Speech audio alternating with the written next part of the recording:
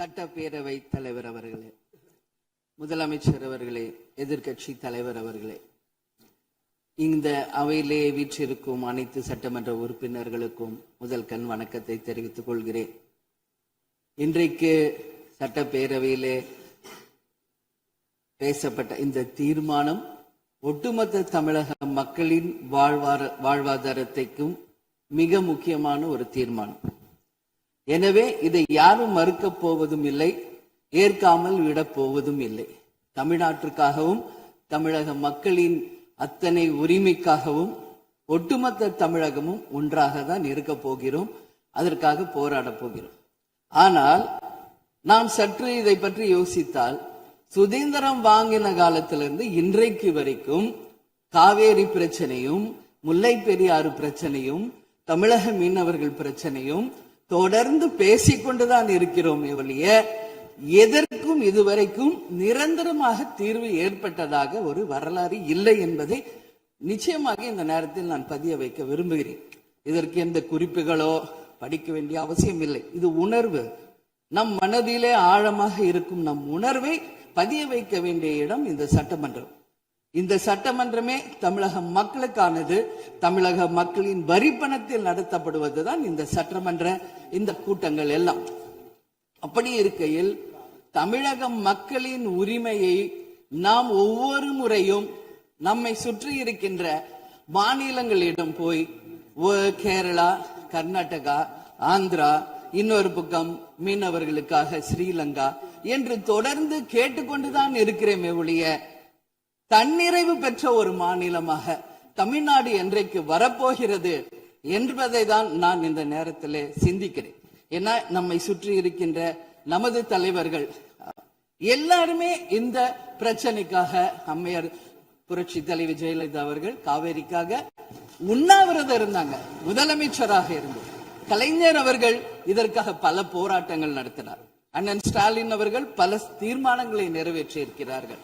அது மட்டும் இல்லை, இதுவரைக்கும் முதல்வராக இருந்த அத்தனை பேருமே இதற்காக நாம பேசி இருக்கிறோம், போராடுகிறோம், சட்ட ரீதியாக நாம் அதற்கான தீர்வுகளை காண்கிறோம். அது மட்டும் இல்லை, காவிரி மேலாண்மை ஆணையம் ஒரு தீர்ப்பு சொல்றாங்க, உச்ச நீதிமன்றம் ஒரு தீர்ப்பு சொல்றாங்க. எதுவும் பேசியும் இதுவரைக்கும் தீர்வு இல்லை. இப்பொழுது முதல்வராக பதவியேற்றிருக்கும் சிவகுமார் அவர்கள் சொல்றாரு, நாங்க பேச தயாராக இருக்கிறோம் என்று. நமது முதல்வரும் சிவகுமார் அவர்களும், நான் என்ன சொல்றேன், இது எல்லாரும் மக்களுடைய, இப்போ இந்த அவை இது முக்கியமான சட்டமன்றம். இங்க வந்தவொன்னு எல்லாருக்கும் என்ன கொடுக்கறாங்க? தண்ணி தான் கொடுக்கறாங்க. அப்போ ஒவ்வொரு மனிதருக்கும் தண்ணி தான் முக்கியம். இன்னைக்கு காவேரி தாயின்னு தான் நம்ம சொல்றோம். ஒரு தாயின் ஒரு குழந்தைக்கும் எப்படி தாய்ப்பால் இன்றியமையாதோ அது பாருங்க, அத்தனை பேரும், அது விவசாயிகளா இருக்கட்டும், குடிமக்களாக இருக்கட்டும், இங்கு மிக முக்கியமானது குடிதண்ணீர். நீரின்றி அமையாது இவ்வுலகு. அதனால முதல்வர் அவர்களே, உங்களை நான் கேட்டுக்கிறது, எப்படி மின் மிகை மாநிலமாக தமிழகத்தை உருவாக்கணுமோ அது மாதிரி மின் மிகை நீர் மேலாண்மையை நாம் நிச்சயம் உருவாக்க வேண்டும் என்று கேட்டுக்கொள்கிறேன். மழை நமக்கு ஒரு கொடை, கடவுள் கொடுத்தது. அதற்கு இனி வர இருக்கும் மழை காலத்திற்கு முன் அதற்கான தீர்வுகளை நாம் ஏற்படுத்தி எங்கெல்லாம் தமிழ்நாட்டின் நதிகளை இணைக்க வேண்டும். சும்மா நம்ம போய் பக்கத்து ஸ்டேட்டுக்கிட்டே தண்ணி கொடுங்க, டேம் கட்டாதீங்க கேட்டுக்கிட்டே தான் இருக்கோம், எதுவுமே நடக்கல.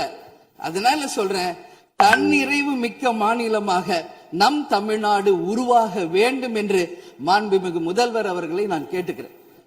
தமிழ்நாட்டில் இருக்கிற நதிகளை நாம் இணைப்போம், எல்லா இடத்துலையும் தூர் வாருவோம். வரப்போகும் மழைக்காலத்திற்குள்ள அந்த நீரை எப்படி சேமிக்க வேண்டும் என்பதை நாம முடிவு செய்யணும். வீணாக கடல்ல போய் நீர் கலக்கிறத தடுத்தாலே தமிழ்நாடு மின்மிகை நீர் மேலாண்மை நிச்சயம் வரும் என்பதை தெரிவிச்சுக்கிறேன். இதுல யாருக்கும் எந்த மாற்று கருத்தும் இருக்காது. தமிழ்நாடின் உரிமை என்றைக்கும் நாம் விட்டுத்தர முடியாது.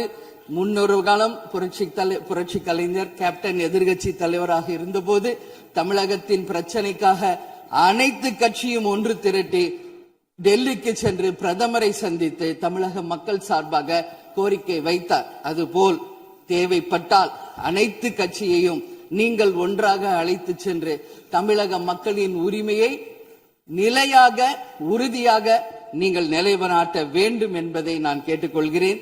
எனவே தேசிய முற்போக்கு திராவிட கழகம் என்றைக்கும் தமிழ்நாட்டின் உரிமைக்காகவும் தமிழக மக்களின் உரிமைக்காகவும் உறுதியாக மேகதாதுவில் அணை கட்டக்கூடாது என்பதிலும் எந்த மாற்று கருத்தும் இல்லை.